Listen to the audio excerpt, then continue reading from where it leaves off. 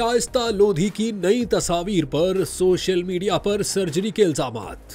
अदाकारा शाइस्ता लोधी की हालिया वायरल तस्वीर ने सोशल मीडिया पर बहस छेड़ दी है, जहां सारिफीन की जानिब से उन पर चेहरे की सर्जरी और हुस्न में इजाफा करने वाले मुख्तलिफ प्रोसीजर्स कराने के इल्जामात लगाए जा रहे हैं। शाइस्ता लोधी, जो खुद भी एस्थेटिक्स क्लिनिक चलाती हैं, मुतअद्दिद बार ये तस्लीम कर चुकी हैं कि वो लोगों को खूबसूरती से मुताल्लिक सर्विसेज फराहम करती हैं। सारिफीन का कहना है कि उनके होंठ, गाल और नाक के गिर्द वाज़ेह तब्दीलियां देखी जा सकती हैं। जहां कुछ अफराद ने इन प्रोसीजर्स पर तनकीद की, वहीं कई मद्दाहों ने शाइस्ता की नई तस्वीर को सराहते हुए कहा कि वो अब पहले से ज्यादा पुरकशिश नजर आ रही हैं।